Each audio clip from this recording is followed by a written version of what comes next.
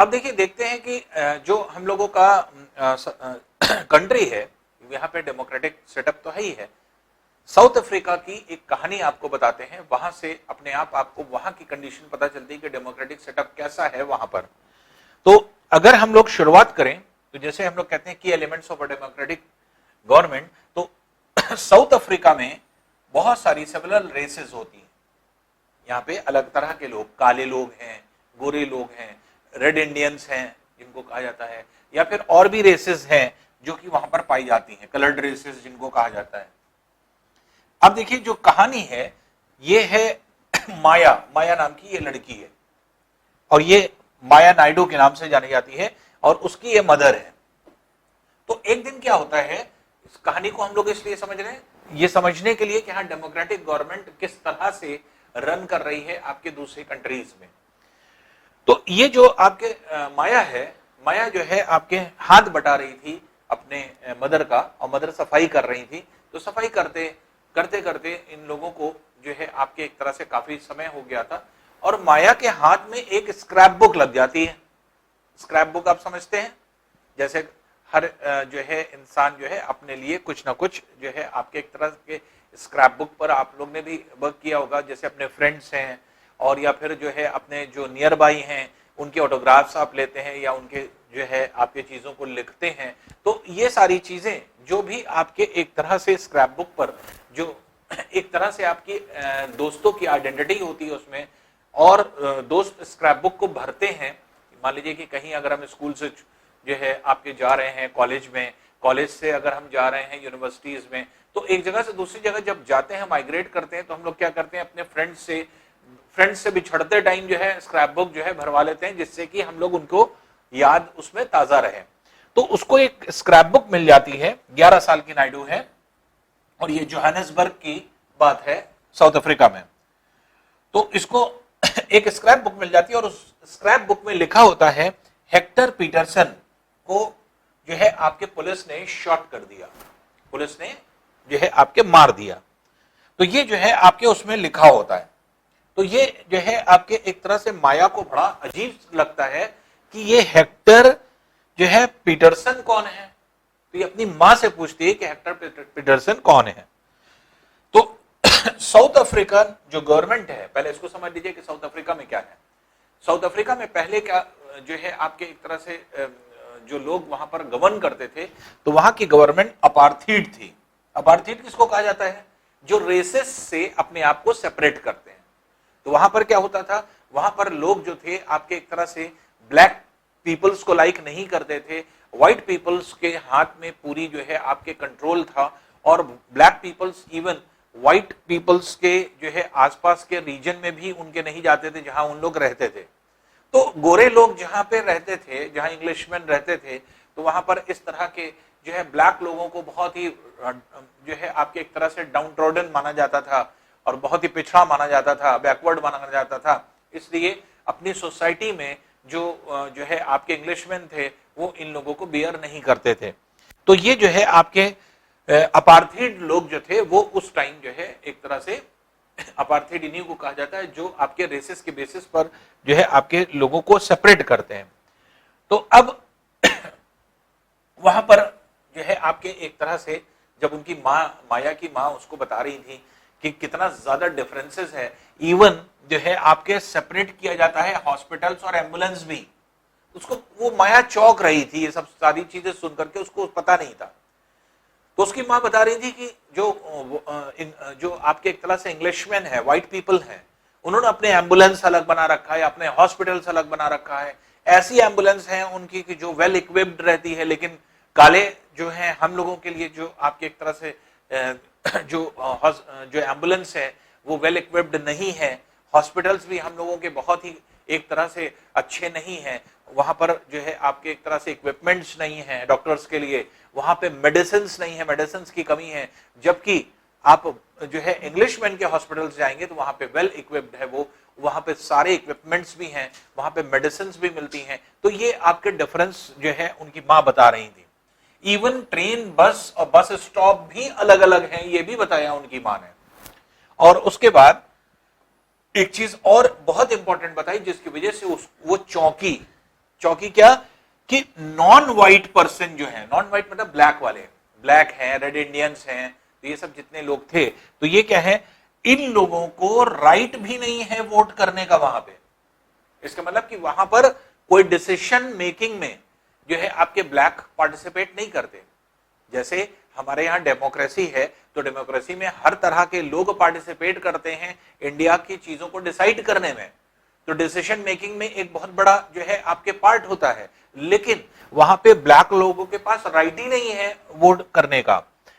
जितनी अच्छी जमीनें होती हैं सब व्हाइट ले लेते हैं, जितनी खराब जमीनें होती हैं सब ब्लैक वालों के हिस्से में आती हैं, और किसी भी तरह के जो है आपके एक तरह से इक्वालिटी नहीं दिखाई पड़ती आपके ब्लैक और व्हाइट रेसेस। तो ये जो है आपके बहुत बड़ा डिफरेंस था जो कि साउथ अफ्रीका में देखा गया। तो ये शो हुआ कि ब्लैक और रेड पीपल्स जो हैं वो एक तरह से व्हाइट पीपल्स के इक्विवेलेंट बिल्कुल नहीं है। अब यहां पे हमारा जो है जब पार्टिसिपेशन की बात आती है, तो डेमोक्रेटिक अगर सोसाइटी होती जैसे इंडिया की है, अगर वहां डेमोक्रेटिक सोसाइटी होती या इंडिया जैसी डेमोक्रेसी वहां होती, तो फिर हम ये बात नहीं कह पाते जो अभी हम लोग ने जो है डिस्कस किया कि ब्लैक और रेड पीपल्स को जो है व्हाइट पीपल्स के इक्विवेलेंट नहीं समझा जाता था। क्यों? क्योंकि वहां पे इक्वालिटी नहीं है। और अभी हमने एक्सप्लेन किया आपको, डेमोक्रेसी जो है आपके एक तरह से इक्वालिटी और जो है आपके एक तरह से जस्टिस पर बेस्ड है। अगर जितने भी आपके कंट्रीमैन हैं, उन कंट्रीमैन को अगर जस्टिस ना मिले और इक्वालिटी ना मिले तो आपकी डेमोक्रेसी रही नहीं। तो डेमोक्रेसी का सबसे बड़ा जो है आपके एक तरह से फीचर होता है वो होता है आपके इक्वालिटी और जो है आपके एक तरह से जस्टिस। तो अब यहां पर क्या है, क्या अभी तक जो हम लोग ने पढ़ा, क्या काले लोगों को जस्टिस मिल रहा है? क्वेश्चन ये उठता है, क्या काले लोगों के साथ सही चीज हो रही है? क्या इक्वालिटी वहां दिखाई पड़ रही है कि व्हाइट पीपल और ब्लैक पीपल एक जैसे हैं? कहीं नहीं दिखाई दे रही है। तो क्या हम वहां पे उसको डेमोक्रेसी कह सकते हैं जहां पर लोग एक ऐसे लोग हैं जो जिनको जो है वोट देने का अधिकार भी नहीं है, राइट टू वोट भी नहीं पाया उन्होंने, तो ऐसे लोग क्या डेमोक्रेसी जो है आपके एक तरह से दे सकते हैं? तो ऐसी चीजें जो है आपके एक तरह से जो है साउथ अफ्रीका में नहीं दिखाई पड़ती। लेकिन एक्चुअल में अगर हम लोग देखें तो डेमोक्रेटिक कंट्री में हम पार्टिसिपेट कर सकते हैं या कैसे डेमोक्रेसी में पार्टिसिपेट कर सकते हैं। जैसे हमने बताया कि people make decision in democracy. अगर डेमोक्रेटिक गवर्नमेंट होगी तो पीपल खुद जो है आपके डिसीजन मेकिंग में शामिल रहेंगे। कैसे? डायरेक्ट या इनडायरेक्ट वे में। इनडायरेक्ट वे में कैसे? डायरेक्टली वो इलेक्ट करते हैं वोट करके अपने रिप्रेजेंटेटिव्स को। जैसे अगर हम स्टेट की बात करेंगे तो एमएलएस को इलेक्ट करते हैं, और अगर हम यूनियन की बात करेंगे, नेशन की बात करेंगे, तो वो एमपीज को इलेक्ट करते हैं। इलेक्ट करके अपने रिप्रेजेंटेटिव को आगे बढ़ा देते हैं। अब हमारा जो डिसीजन है वो रिप्रेजेंटेटिव हमारा लेगा, जो एमएलए हमारे एमपी होते हैं वो हमारी तरफ से डिसीजन लेते हैं। तो इस तरह से जो है एक तरह से हम हर जगह से, मतलब ये कहा जाए कि people from the very ground level जो है आपके डिसीजन ले रहे हैं। तो एक तरह से डेमोक्रेसी में जो है पीपल जो है आपके एक तरह से डिसीजन मेकिंग का काम करते हैं। वो कैसे? जैसे हमने अभी आपको बताया, इलेक्ट करके रिप्रेजेंटेटिव्स को, और रिप्रेजेंटेटिव जो है आपके उनके बिहाफ पर, पीपल के बिहाफ पर ही आपके एक तरह से डिसाइड करते हैं। अब जैसे मान लीजिए कोई जो है आपके असेंबली है, स्टेट जो है आपके गवर्नमेंट है, वहां पे असेंबली होगी। और अगर मान लीजिए एक तरह से अगर हम ये कहेंगे कि यूनियन गवर्नमेंट है, union government means national government अगर हम लोग कहते हैं, तो ऐसी कंडीशन में वहां पर क्या होगा? पार्लियामेंट होगी। और दोनों ही कंडीशन में, चाहे वो लोकसभा की बात हो, एमपी की बात हो, और चाहे हम असेंबली की बात करें, लेजिस्लेटिव असेंबली जो होती है जहां पे एमएलए होते हैं, दोनों का कार्यकाल क्या होता है? जो दोनों का वर्क ड्यूरेशन होता है वो 5 इयर्स तक जो है आपके उन लोग एग्जिस्ट करते हैं। तो इसलिए जो सरकार हो बनती है, जो गवर्नमेंट बनती है, वो कितने साल के लिए बनती है? 5 साल के लिए बनती है।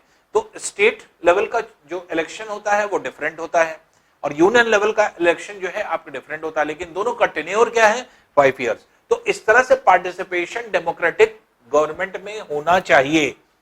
तो ये और गवर्नमेंट जो है इसी जो है आपके गवर्नमेंट की जो पावर होती है ये लिमिटेड हो जाती है, किससे? रेगुलर इलेक्शन से। लिमिटेड कैसे? अगर मान लीजिए एक बार आपने किसी को गवर्नमेंट में बना दिया और उसने गवर्नमेंट फॉर्म कर ली किसी जो है पार्टी ने, अब उसको पता है कि अब हमारी गवर्नमेंट हमेशा रहेगी, कभी नहीं जाएगी, इलेक्शन होगा ही नहीं, अब हमेशा के लिए हम बन गए, तो क्या वो काम करेगी? नहीं करेगी, क्योंकि हर गवर्नमेंट को पता है हमें 5 साल में अपने आप को प्रूव करना है। अगर हम 5 साल में अपने आप को बेस्ट प्रूव नहीं करेंगे तो जो पीपल है, क्योंकि उन्हीं को चुनना है, जनता को ही चुनना है अपना जो है रिप्रेजेंटेटिव या अपनी गवर्नमेंट, तो अगर हम अच्छा काम नहीं करेंगे 5 साल में तो दूसरी नई गवर्नमेंट चुन ली जाएगी, अच्छी गवर्नमेंट चुन ली जाएगी। तो इस तरह से हम लोग क्या है, हम लोगों के यहां ये कंट्रोल रहता है। कैसे? इस इलेक्शन से। तो जो इलेक्शन होता है वो कंट्रोल एक तरह से रखता है आपके एक तरह से गवर्नमेंट्स पे। तो गवर्नमेंट पर कंट्रोल होना ये किस पे डिपेंडेंट है? ये रेगुलर इलेक्शंस पे डिपेंडेंट है, जो हर 5 साल पे हमारे इलेक्शन होते हैं। अब ये सारी कहानी जो है आपके एक तरह से माया की मां उसको समझा रही है। ये तो बीच की चीज हम लोग ने डेमोक्रेसी कैसे होती है वो आपके बताया। अब जो माया की मां कहानी सुना रही है उसको अगर हम आगे कंटिन्यू करें तो हम ये देखते हैं कि माया की मां ने और एक्सपेंड किया। तो उस माया कहती है कि हमें और विस्तार से बताइए कि हाँ एक्चुअल में जो है क्या हुआ था, या जो है आपके एक तरह से पीटरसन को कैसे मारा गया था, क्यों मारा गया था, तो ऐसा क्या रीजन था।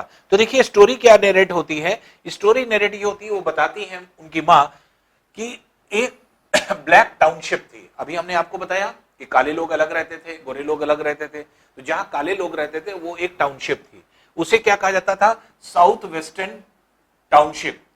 साउथ वेस्टर्न टाउनशिप के मतलब SOWETO, ये पहले दो अल्फाबेट लेकर के इसका नाम रख दिया गया, तो सोवेटो, इसको सोवेटो कहा जाता था। तो साउथ वेस्टर्न टाउनशिप एक थी जिसको सोवेटो के नाम से जाना जाता था। वहां पर जो है हेक्टर पीटरसन रहता था, और हेक्टर पीटरसन वहां पर रहता था, उसका जो है आपके एक तरह से घर था, उसके दोस्त वहीं पर रहते थे। तो वहां पर क्या है और वो एक स्टूडेंट था। तो उसने क्या किया, उसने एक बार जो है एक प्रोटेस्ट किया। प्रोटेस्ट किसको किया? वहां पे अफ्रीकन लैंग्वेज थी और उस जो कि व्हाइट बोलते थे, व्हाइट की अफ्रीकन लैंग्वेज थी जो वहां पर बोली जाती थी। अफ्रीकन ये चाहते थे कि आप ये लैंग्वेज पढ़ें, लेकिन क्योंकि जो है आपके हेक्टर पीटरसन ब्लैक पीपल से कंसर्निंग था, और ब्लैक पीपल जो है वहां पर एक ट्राइब है, उस ट्राइब का नाम है जूलू ट्राइब। तो जूलू जो है काले लोग होते हैं वहां पे। तो ये हेक्टर पीटरसन जो था और इसके दोस्त जो थे ये चाहते थे कि नहीं, हमें अपनी भाषा पढ़नी है। तो इसलिए इन लोगों ने जो है प्रोटेस्ट किया कि नहीं, हम जो व्हाइट मैन है उनकी भाषा अफ्रीकन लैंग्वेज नहीं पढ़ेंगे, बल्कि हम जूलू लैंग्वेज पढ़ेंगे। तो जूलू लैंग्वेज के लिए इन्होंने प्रोटेस्ट किया। जब प्रोटेस्ट किया तो ये प्रोटेस्ट थोड़ा सा बढ़ा, लेकिन व्हाइट मैन जो थे वो एक तरह से चुप तो रहे नहीं।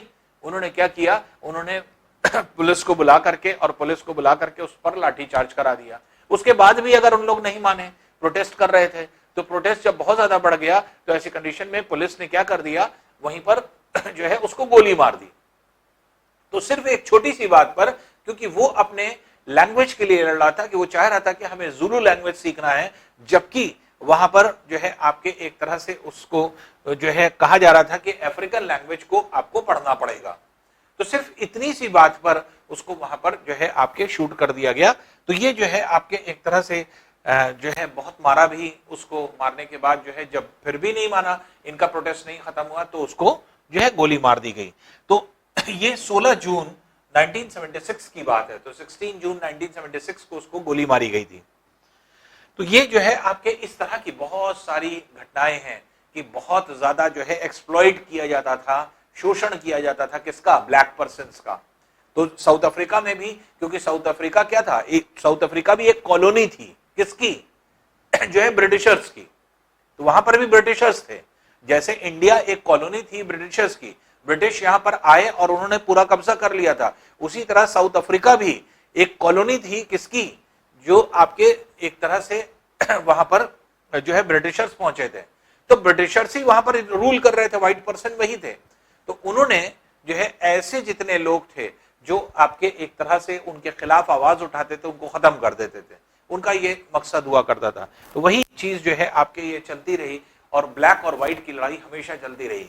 एक बहुत ही रिनाउंड पर्सन थे, इनको आपने देखा होगा, इनका बहुत जाना पहचाना चेहरा है, ये काफी साल जेल में रहे और उसके बाद जो है जब ये जेल से निकले तो इन्होंने प्रोटेस्ट शुरू किया, उसके बाद फिर इनको जेल में डाल दिया गया और पूरा टाइम इनका ज्यादातर जेल में गया, लेकिन अपनी आखिरी जो है समय तक सिर्फ ब्लैक पीपल्स के लिए लड़े और इनको नोबेल पुरस्कार भी दिया गया, नोबेल जो है आपके पुरस्कार भी दिया गया। ये कौन थे? Nelson Mandela. तो नेल्सन मंडेला ने ही जो है एक तरह से काले लोगों के ये लीडर थे और इन्होंने फाइट किया, ये जो प्रोटेस्ट था, जो आपके एक तरह से डिफरेंस था, डिस्पैरिटी थी, इस डिस्पैरिटी को खत्म करने के लिए, इस डिफरेंस को खत्म करने के लिए इन्होंने फाइट किया और आखिरकार जो है अपार्थाइड सिस्टम के अगेंस्ट इन्होंने जो है आपके जंग जीती 1994 में।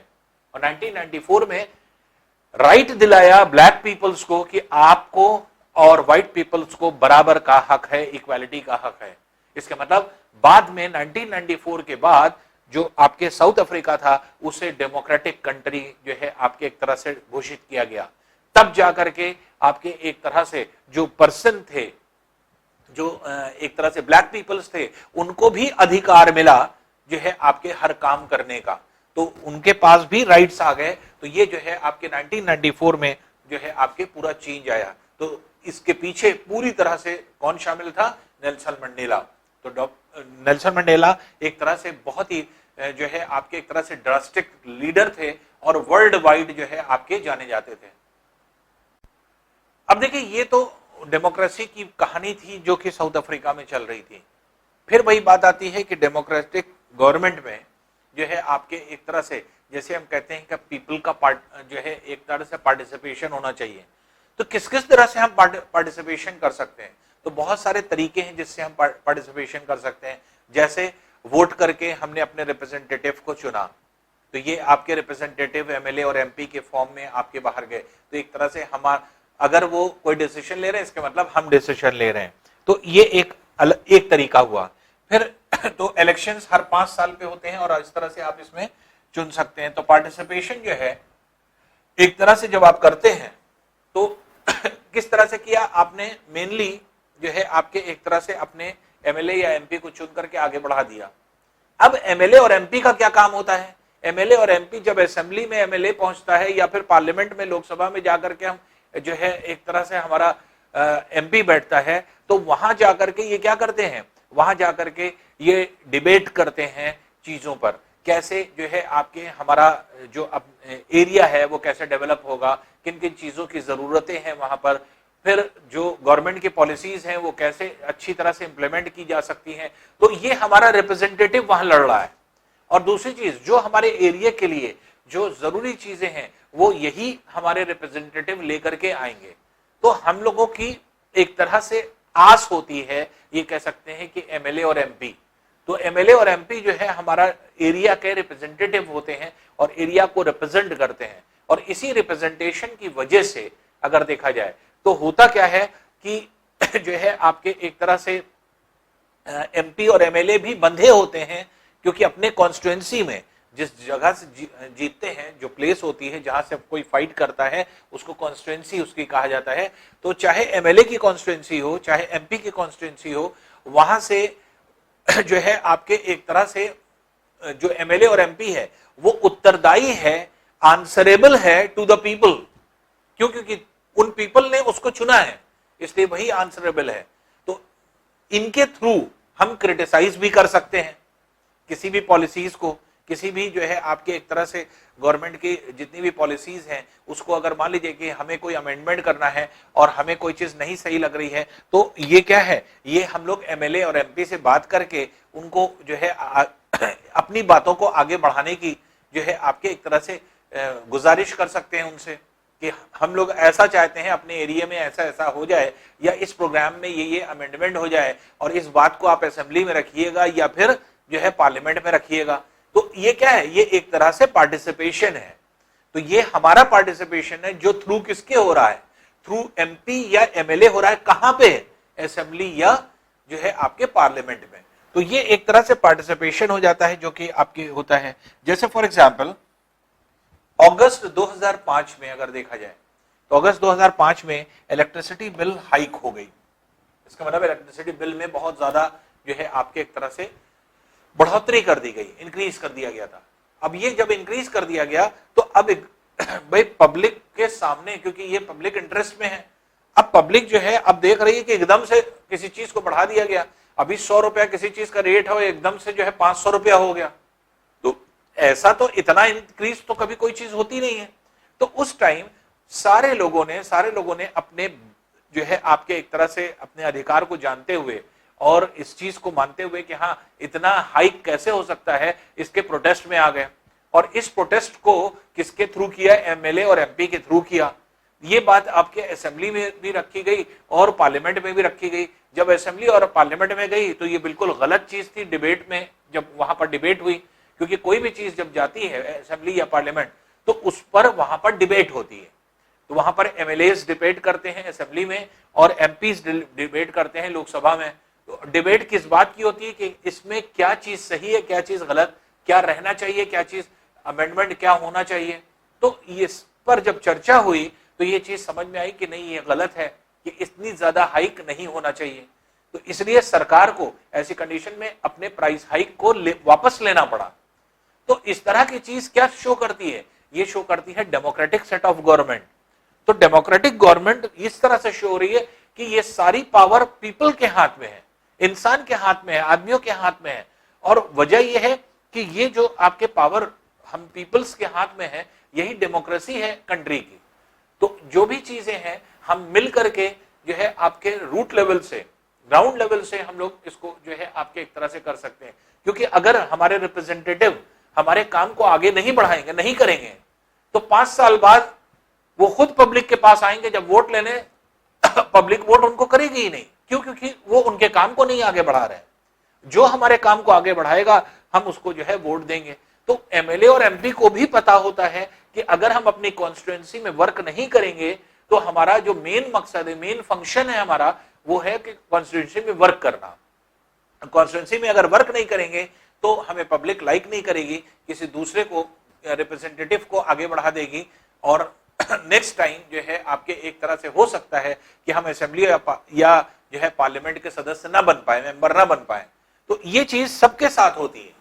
तो इस तरह की चीजें जो है आपके बहुत देखी गई कि जहां पर आपके एक तरह से बहुत जैसे वहां पे प्रोटेस्ट का बहुत सारे जो है रीजन हो जाता है, प्रोटेस्ट के बहुत सारे साधन होते हैं, जैसे रैलीज निकालना, सिग्नेचर जो है अभियान कराना। तो ये सब सारी चीजें आपके इस प्रोटेस्ट में हुई थी और अल्टीमेटली क्या है कि गवर्नमेंट को अपनी चीजों को वापस लेना पड़ा। अब देखिए इसी में अगर हम ये कहें कि कैसे और हम लोग इसको एक्सप्रेस कर सकते हैं अपने जो है एक तरह से पार्टिसिपेशन को, तो पार्टिसिपेशन किस तरह से होता है या प्रोटेस्ट कैसे होता है?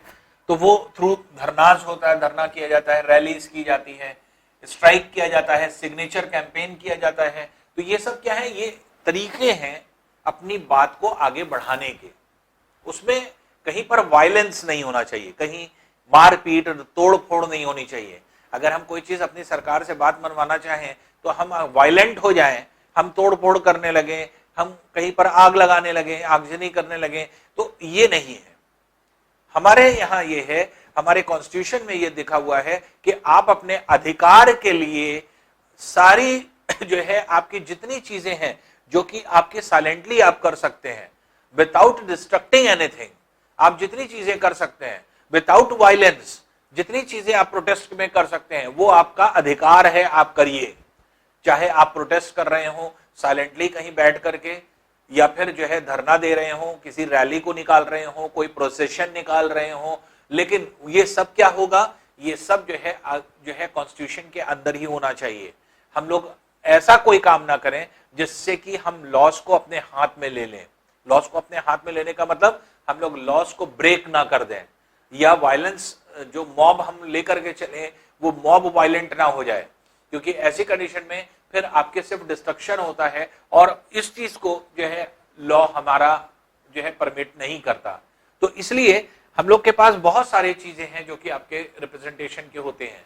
दूसरी इंपॉर्टेंट चीज ये होती है डेमोक्रेसी हर तरह के लोगों का रिप्रेजेंटेशन है, चाहे वो पिछड़े लोग हो, बहुत ही जो है रूरल बैकग्राउंड के हों, चाहे वो आपके एकदम ट्राइबल रीजन के हों, ट्राइब्स हो, चाहे वो आपके अर्बन एरियाज के हों, चाहे रूरल एरियाज के हों, किसी भी रीजन के हों, चाहे मेन हो चाहे वुमेन हो, कोई भी हो, सबका पार्टिसिपेशन डेमोक्रेसी में जरूरी होता है। तो अब यहां पर सबसे इंपॉर्टेंट चीज कि जो पार्टिसिपेशन है रिवोल्ट में, वो क्या है, वो माइनॉरिटीज कम्युनिटी हो सकती है, दलित है, आदिवासी है, वुमेन्स हैं, तो ये सब जो है आपके एक तरह से रिवोल्ट करते हैं। और जब सारे लोगों का रिवोल्ट शामिल होता है, ये डेमोक्रेसी का पार्ट बन जाता है। यही डेमोक्रेसी है कि कोई भी पर्सन अकेले इंडिविजुअल नहीं, बल्कि जो है आपके एक तरह से पूरे एक ग्रुप ऑफ पीपल्स के साथ जो है किसी चीज की मांग कर रहा है, डिमांड कर रहा है। तो ये क्या है, ये डेमोक्रेटिक सेट ऑफ गवर्नमेंट को शो करने जो है आपके शो करता है। और इसी तरह से अगर हम लोग देखें तो पीपल को इसी तरह से अवेयर किया जाता है, अलर्ट किया जाता है। और इससे सबसे इंपॉर्टेंट चीज ये होती है कि अगर हम इस तरह के रिवोल्ट करते रहें, इस तरह का प्रोटेस्ट करते रहें, तो हम अवेयर रहेंगे कि हाँ एक्चुअल में क्या हो रहा है और कंट्री में जो है एक तरह से सरकार कैसे चल रही है, किस तरह से चल रही है, उसमें जो है हमारी भागीदारी होगी। क्योंकि अगर सरकार को अगर जो है उसका प्रोटेस्ट नहीं होगा, अपोजिशन नहीं होगा, तो ऐसी कंडीशन में कभी भी सरकार अच्छे से वर्क नहीं कर सकती, क्योंकि सरकार को अलर्ट कराना पड़ता है। तो सरकार को जो है आपके एक तरह इसीलिए अपोजिंग पार्टी होती है। तो अपोजिशन में जो पार्टियां होती हैं, जो आपके एक तरह से पार्लियामेंट में भी बैठती हैं या फिर असेंबलीज में भी बैठती हैं, उनका मेन मकसद क्या होता है, जो सत्ता में सरकार है, जो रूलिंग पार्टी है, उस रूलिंग पार्टी को अवेयर करें कि आपकी पॉलिसीज में ये कमी है, इसको पूरा कर लीजिए, या फिर आप इस तरह से काम कर रहे हैं, इसको अलर्ट करना। तो मेन पर्पस आपका ये होता है। तो इस तरह की चीजें जो है आपके एक तरह से डेमोक्रेटिक सेट ऑफ गवर्नमेंट के लिए बहुत ही अच्छी हैं। या फिर इस तरह का जो है अगर हमें स्ट्रॉन्ग नेशन बनाना है या डेमोक्रेसी बनानी है, तो डेमोक्रेटिक कैरेक्टर के लिए जो है आपके एक तरह से जब डेमोक्रेटिक जो कैरेक्टर है वो स्ट्रांग होता चला जाएगा, तो अपने आप हमारा नेशन भी आपके स्ट्रांग होता चला जाता है। क्योंकि जितना ज्यादा डेमोक्रेसी स्ट्रांग है किसी कंट्री में, वो नेशन उतना ज्यादा स्ट्रांग माना जाएगा। अब देखिए जरूरत किस बात की है, जरूरत इस बात की है कि कोई अगर प्रॉब्लम आई है तो उसका कोई सोल्यूशन निकाला जाए।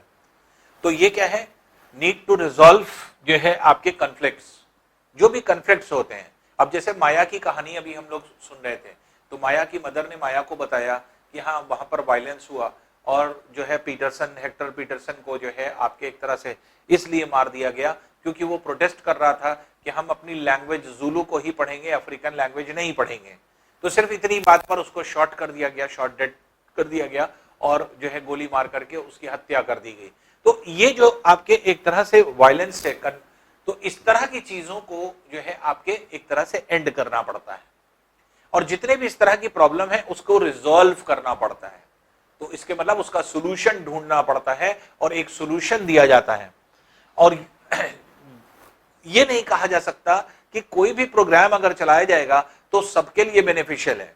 कभी कभी कोई कम्युनिटी उससे खुश होती है, कभी कभी दूसरी कम्युनिटी उससे खुश नहीं होती है, क्योंकि हमारे यहाँ डिफरेंट कल्चर्स है, डिफरेंट जो है आपके टाइप ऑफ जो है आपके एक तरह से लोग हैं, या आप ये कह सकते हैं कि अलग अलग स्टेट में अलग अलग रिप्रेजेंटेशन है, अलग अलग कल्चर मौजूद है, अलग अलग जो है आपके कास्ट और जो है क्रीड की बात आती है जो कि डिफरेंट है हर जगह पे।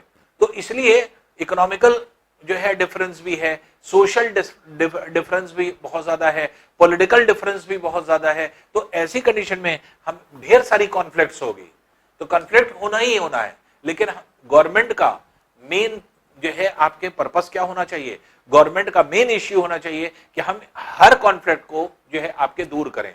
क्योंकि गवर्नमेंट का मेन जो काम होता है, जो फंक्शन होता है, वो यही होता है कि जितने भी जो है आपके एक तरह से इस तरह के कॉन्फ्लिक्ट्स हैं उसको रिजॉल्व करे जल्द से जल्द और इजी वे में जो है कोई ना कोई एक कंक्लूजन पे आए और एक रिजल्ट जो है आपके फ्रूटफुल रिजल्ट जो है आपके दे।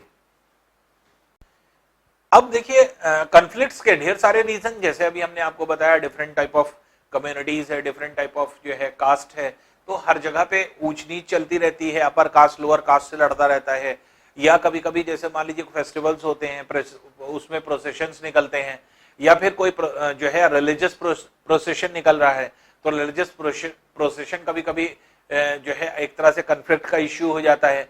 क्यों हो जाता है? जैसे मान लीजिए किसी रूट पर जा रहा है, तो उस रूट पर जैसे मान लीजिए सपोज कर लिए कि जो प्रोसेशन निकाला है, मान लीजिए हिंदू जो है आपके समुदाय ने निकाला है, और किस रास्ते पे जा रहा है, तो मुस्लिम जो है आपके रास्ते पर चला जा रहा है, जिसकी वजह से वहां पर हिंदू मुस्लिम कॉन्फ्लिक्ट हो गया, या मुस्लिम्स ने जो है आपके एक तरह से प्रोसेशन निकाला है और ऐसे रास्ते पे जा रहा है जहां पर हिंदू लोगों की जो है मेजोरिटी है, तो वहां पर अक्सर जो है कॉन्फ्लिक्ट्स हो जाते हैं। और ये सब कॉन्फ्लिक्ट इसलिए नहीं होते, ऐसा नहीं कि हिंदू मुस्लिम का दुश्मन है या मुसलमान हिंदू का दुश्मन है, ऐसा कुछ नहीं है।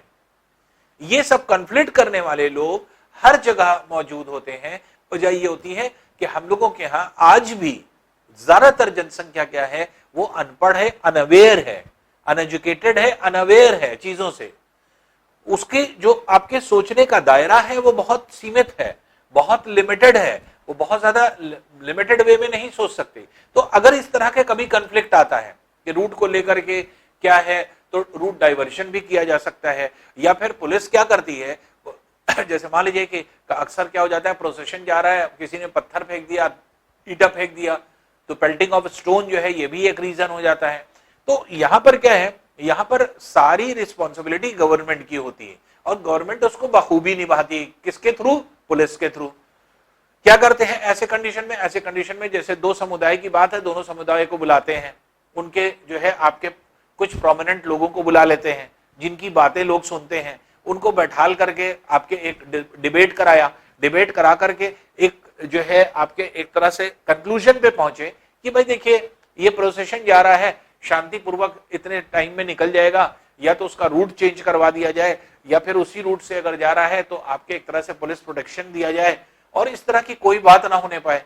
तो दोनों जो है कम्युनिटी के लोगों को बैठाल करके उसमें बात कराना, और जो कॉन्फ्लिक्ट्स हैं उसके इश्यूज को रिजॉल्व करना, ये जो है मेन मकसद होता है आपके गवर्नमेंट का। और गवर्नमेंट क्या है? डेमोक्रेटिक सेट ऑफ गवर्नमेंट में ये सारी चीजें जो है, ये डेमोक्रेटिक गवर्नमेंट की एक तरह से फंक्शनिंग है, यही फंक्शन होता है। क्यों? क्योंकि फिर वही बात आती है कि to the people by the people, तो ये आपके एक तरह से पीपल के लिए ही किया जा रहा है, पीपल के द्वारा ही किया जा रहा है। तो क्यों ऐसा हम लोग कह रहे हैं? ऐसा इसलिए कह रहे हैं कि चाहे वो एग्जीक्यूटिव हो, चाहे वो आपके एक तरह से लेजिस्लेटिव बॉडी हो, वो सब कौन चुनता है? ये पीपल ही चुनते हैं, आम जनता ही चुनती है, तो सिटीजन ही चुनते हैं। तो इसलिए सिटीजन ही एक तरह से इसका सोल्यूशन निकाल सकते हैं, और यही जो है आपके एक तरह से पुलिस उसी का सहारा लेती है, और कुछ प्रोमिनेंट लोग जो आपके दोनों कम्युनिटी के होते हैं उनको बुला करके, उनसे वार्तालाप करके, उनसे बात करके जो है एक रेजोल्यूशन पे आते हैं, एक जो है जो कॉन्फ्लिक्ट होता है उसको रिजॉल्व करते हैं, और जो है आपके जो भी प्रोसेशन होता है उसको जो है आपके एक तरह से गुजार दिया जाता है। अब देखिए बहुत सारी जगह पे कोई जरूरी नहीं कि सिर्फ जो है कम्युनिटी का ही आपके कॉन्फ्लिक्ट हो, बहुत सारी चीजों का कॉन्फ्लिक्ट होता है। ट्रेड में कॉन्फ्लिक्ट होता है, उसके अलावा बहुत सारी चीजें एग्रीकल्चर फील्ड में, जैसे इरिगेशन पे बहुत ज्यादा जो है आपके होता है, पानी का बहुत ज्यादा कॉन्फ्लिक्ट है, खासतौर से साउथ इंडिया में। नॉर्थ इंडिया में अगर आप देखेंगे तो नॉर्दर्न इंडिया में जितनी भी रिवर्स है वो सब क्या है? पेरिनियल्स है। पेरिनियल रिवर किसको कहा जाता है? जिसमें साल भर पानी होता है। इसलिए आप देखेंगे नॉर्दर्न इंडिया में बहने वाली नदियों पर कोई विवाद नहीं है, कोई जो है आपके कॉन्फ्लिक्ट नहीं है। लेकिन सदर्न इंडिया में जो नदियां निकलती हैं वो बहुत कम ऊंचाई वाले जो है पहाड़ियों से निकलती हैं, हिल्स से। जो वेस्टर्न घाट्स है ज्यादातर वहीं से सारी नदियां निकली हुई हैं, और उसकी हाइट बहुत ज्यादा नहीं होती, जिसकी वजह से आइस नहीं होती, वहां पे बर्फ कम है, और बर्फ कम होने की वजह से साल भर पानी नहीं होता नदियों में, या नदियां सूख जाती हैं, तो जिसकी वजह से नदियों में पानी बहुत ज्यादा नहीं होता। और जहां पर पानी कम होता है वहीं पर पानी का जो क्या होता है आपके महत्व समझ में आता है, इंपॉर्टेंस समझ में आती है। तो सदर्न इंडिया में अगर आप देखेंगे, सदर्न इंडिया में चाहे वो जो है वैगई रिवर हो, चाहे वो पेरियार हो, चाहे वो कावेरी हो, चाहे वो आपके कृष्णा हो, चाहे वो गोदावरी हो, हर नदियों पर कॉन्फ्लिक्ट है और हर नदी जो है आपके एक तरह से एक दूसरे से कॉन्फ्लिक्ट कर रही है। जैसे फॉर एग्जांपल कावेरी जो है आपके एक तरह से रिवर पे अगर हम लोग देखें तो बहुत बड़ा विवाद है। वो इस तरह से कि कर्नाटक राज्य में अगर हम लोग देखें तो कर्नाटक जो है वहां पर कृष्ण राजसागर डैम है और कृष्ण राजसागर डैम क्या करता है, ज्यादातर पानी वहीं पर कर्नाटक में ही रोक लेता है, क्योंकि पानी कर्नाटक से होकर के तब तमिलनाडु जाता है। तो कर्नाटक में ही डैम जो है आपके ज्यादातर पानी को रोक लेता है और डैम थोड़ा सा ऊंचा बना हुआ है। तो ये आपके सुप्रीम कोर्ट तक जो है मामला गया था, दोनों जो है आपके स्टेट का। तो इसलिए जो कृष्ण राजसागर डैम है वो पानी रोक लेता है और कर्नाटक को जितनी पानी की जरूरत है वो अपना पूरा करता है। लेकिन ऐसी कंडीशन में तमिलनाडु में कम पानी पहुंच पाता है। तमिलनाडु में जो बना हुआ बांध है उसको मैटूर बांध कहते हैं, मैटूर डैम कहते हैं। अब मैटूर डैम जो होता है वो आपके एक तरह से पानी को रोकता है और इसी पानी को यूज किया जाता है आपके एक तरह से तमिलनाडु में, चाहे वो इरिगेशन पर्पज से या फिर ड्रिंकिंग वाटर पर्पज से। तो दोनों स्टेट्स में अगर आप देखें तो कन्फ्लिक्ट बना रहता है, हमेशा बना रहता है। जब कर्नाटक ज्यादा पानी रोक लेता है ज्यादा ऊंचाई तक, तो ऐसी कंडीशन में तमिलनाडु में क्या हो जाता है, तमिलनाडु में हमेशा जो है आपके अकाल पड़ जाता है या फिर पानी जो है की मात्रा कम हो जाती है। फौरन तमिलनाडु जो है आपके एक तरह से कोर्ट को गुहार लगाता है कि कर्नाटक ने पानी जो है रोक लिया। तो इस तरह से दोनों राज्यों का बहुत साल तक विवाद चलता रहा। फिर सुप्रीम कोर्ट ने एक निर्णय लिया, एक डिसीजन दिया और जो है एक पानी के लेवल को फिक्स कर दिया कि एटलीस्ट कर्नाटक को इतना पानी आपको छोड़ना ही छोड़ना है। तो इतने समय में इतना पानी छोड़ना ही छोड़ना है। तो ये इंस्ट्रक्शन मिल गया कर्नाटक को। तो अब ये जो है आपके रिजॉल्व हो गया प्रॉब्लम। तो इस तरह के बहुत सारे कॉन्फ्लिक्ट्स हैं जो कि आपके होते हैं, जैसे रिवर डिस्प्यूट्स हैं बहुत सारे। तो ये डिस्प्यूट्स जो होते हैं इसको रिजॉल्व किया जा सकता है बातचीत के थ्रू या थ्रू कोर्ट। अगर मान लीजिए बातचीत के थ्रू नहीं हो रहा है तो कोर्ट हमारे यहाँ जस्टिस देता है और कोर्ट इसीलिए जुडिशियरी जो पावर है वो क्या करती है, वो एनालिसिस करती है और वो ये देखती है कि किसके हक में क्या चीज होनी चाहिए। और इसी वजह से जो है आपके कोर्ट्स जो है इस तरह के फॉर्म जो आपके डिस्प्यूट्स होते हैं या बड़े डिस्प्यूट्स होते हैं वो आपके थ्रू कोर्ट्स ही रिजॉल्व हो पाते हैं। तो ये भी क्या है, ये भी इस तरह के स्टेट्स के बीच में अगर कोई चीज जो है आपके कॉन्फ्लिक्ट चल रहा है तो ये भी क्या है, एक गवर्नमेंट का ही वर्क है। तो गवर्नमेंट को ही इस कॉन्फ्लिक्ट को रिजॉल्व करना है। तो गवर्नमेंट का ही फंक्शन है ये कि इस तरह के डिस्प्यूट्स को रिजॉल्व करे और गवर्नमेंट फिर इनिशिएटिव लेकर के इसको रिजॉल्व कराती भी है। फिर देखिए स्टार्टिंग से वही बात आ गई, डेमोक्रेटिक सेट ऑफ गवर्नमेंट में अगर डेमोक्रेटिक गवर्नमेंट है तो ऐसे कंडीशन में क्या है, वो तभी अचीव हो सकती है, या सही डेमोक्रेसी जिसको हम अचीव करना चाहते हैं या जिसको हम कहें कि प्राइम जो डेमोक्रेसी है उसको अगर हम अचीव करना चाहते हैं वो कैसे होगी, इक्वालिटी और जस्टिस से होगी। और इक्वालिटी और जस्टिस कब होगी, जस्टिस तभी हो सकता है सबके साथ जब इक्वालिटी हो। तो justice is dependent on equality. तो इक्वालिटी अगर नहीं है तो जस्टिस नहीं हो सकता। तो इसीलिए क्या हुआ कि जस्टिस देने के लिए, जैसे फॉर एग्जांपल हम लोग बहुत शुरू से पढ़ते चले आ रहे हैं कास्ट सिस्टम। इंडिया में जो कास्ट सिस्टम था तो अपर कास्ट लोअर कास्ट पे बहुत ज्यादा एक्सप्लॉइट करती थी, जिसमें से बहुत सारे दलित थे, अनटचेबल जो थे, अनटचेबिलिटी प्रैक्टिस हुआ करती थी। लेकिन बाद में गवर्नमेंट ने इसको रिजॉल्व करने के लिए, ये भी एक डिस्प्यूट है, इस डिस्प्यूट को रिजॉल्व करने के लिए क्या, अनटचेबिलिटी को एबॉलिश कर दिया। तो अनटचेबिलिटी जब एबॉलिश कर दिया तो इस तरह की प्रॉब्लम बहुत हद तक जो कास्ट सिस्टम वाली थी वो प्रॉब्लम आपके कॉन्फ्लिक्ट जो है आपके दूर हो गई।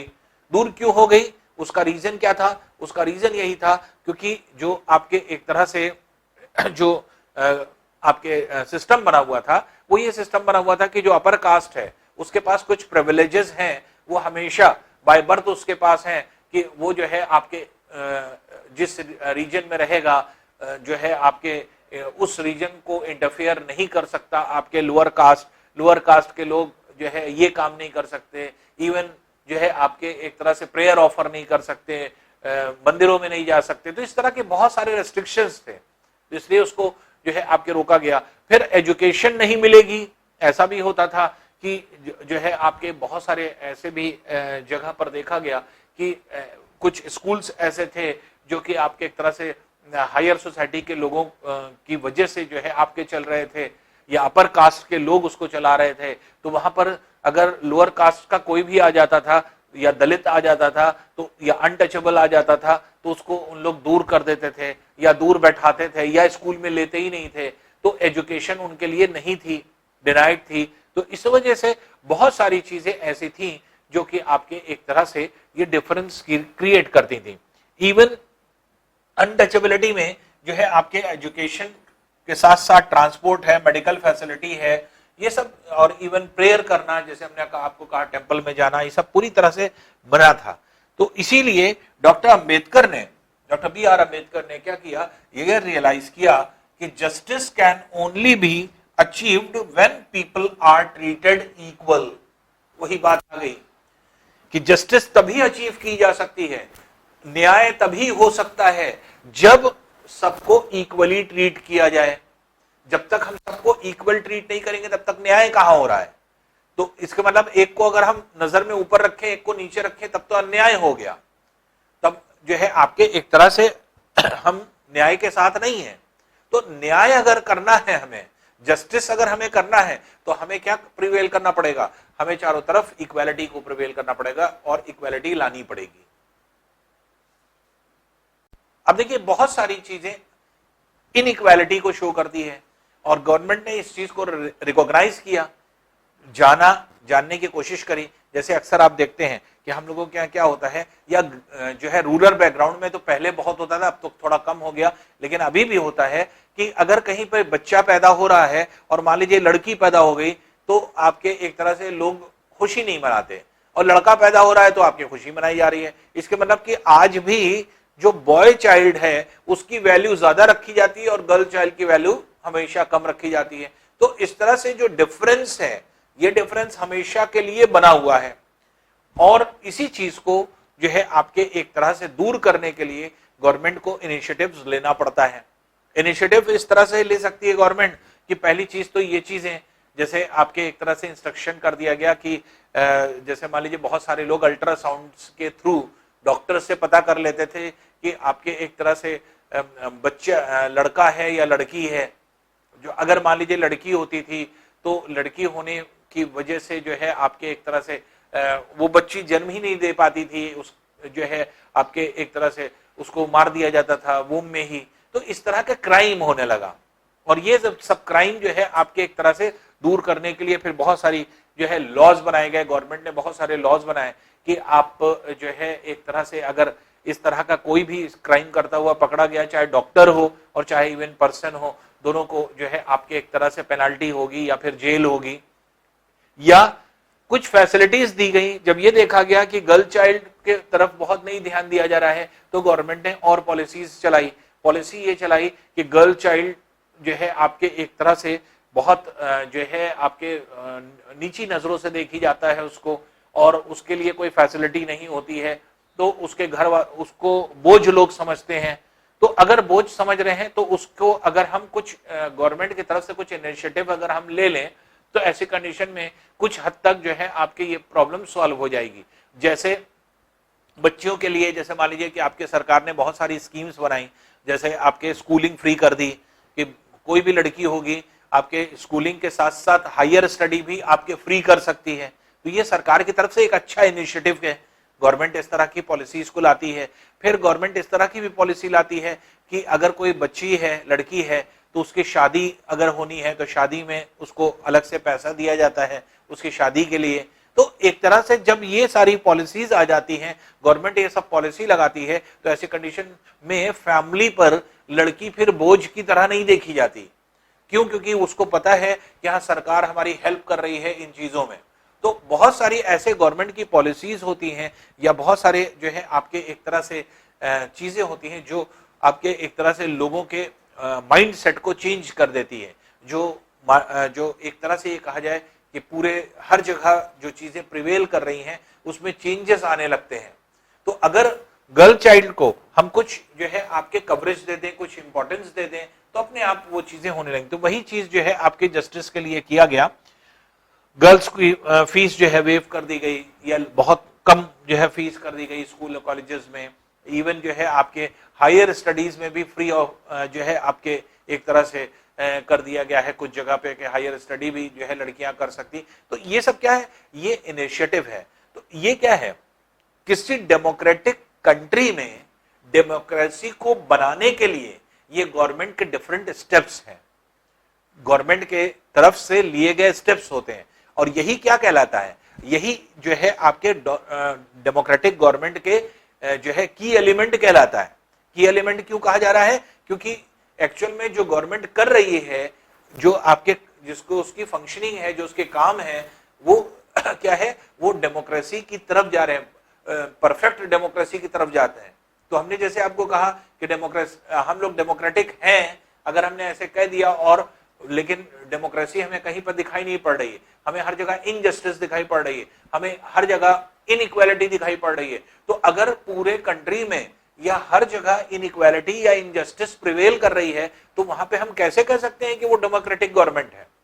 तो इसलिए डेमोक्रेसी के लिए सबसे इंपॉर्टेंट चीज होती है जस्टिस और इक्वालिटी। और ये अगर हम इक्वालिटी चाहे हर सेंस में, जैसे अभी हमने लोग ने बॉय चाइल्ड और गर्ल चाइल्ड का एग्जाम्पल लिया, हमारी सोसाइटी इसको जो है इक्वल नहीं मानती, और जब इक्वल नहीं मानेगी, इक्वालिटी नहीं है, इसके मतलब फिर क्या है, दो नजर से हम देख रहे हैं लड़के को और लड़की को, और जब हम दो नजर से देख रहे हैं, इसके मतलब क्या हम जस्टिस कर रहे हैं, जस्टिस नहीं कर पा रहे हैं। क्यों नहीं कर पा रहे हैं, क्योंकि इक्वालिटी नहीं है। अगर लड़के और लड़की के बराबर होने की इक्वालिटी आ जाए, तो अपने आप दोनों के साथ जस्टिस होने लगेगा, तो लड़की के साथ भी जस्टिस होने लगेगा। अभी लड़की के साथ इनजस्टिस हो रहा है कि अगर हम दो नजरी कर रहे हैं। तो इसलिए डेमोक्रेटिक सेट ऑफ गवर्नमेंट में अगर देखा जाए तो कुछ चीजें ऐसी होती हैं जो कि आपके बहुत इंपॉर्टेंट होती हैं, गवर्नमेंट को एनालाइज करना पड़ता है, एनालिसिस करके जो है आपके एक तरह से अपनी पॉलिसीज के थ्रू जो है आपके एक तरह से पीपल को, जो आपके सिटीजन होते हैं, उन सिटीजन को जो है आपके एक तरह से लाभ पहुंचाना होता है। और जितनी इस तरह के इवल्स हैं हमारे सोसाइटी के, उन इवल्स को अपनी पॉलिसी के थ्रू ही खत्म करना होता है। कुछ ऐसी पॉलिसी लाएं जिससे कि जो इवल्स प्रिवेल करती हैं वो धीरे धीरे इरेडिकेट होती चली जाए, और यही पर्पस होता है आपके डेमोक्रेटिक गवर्नमेंट का।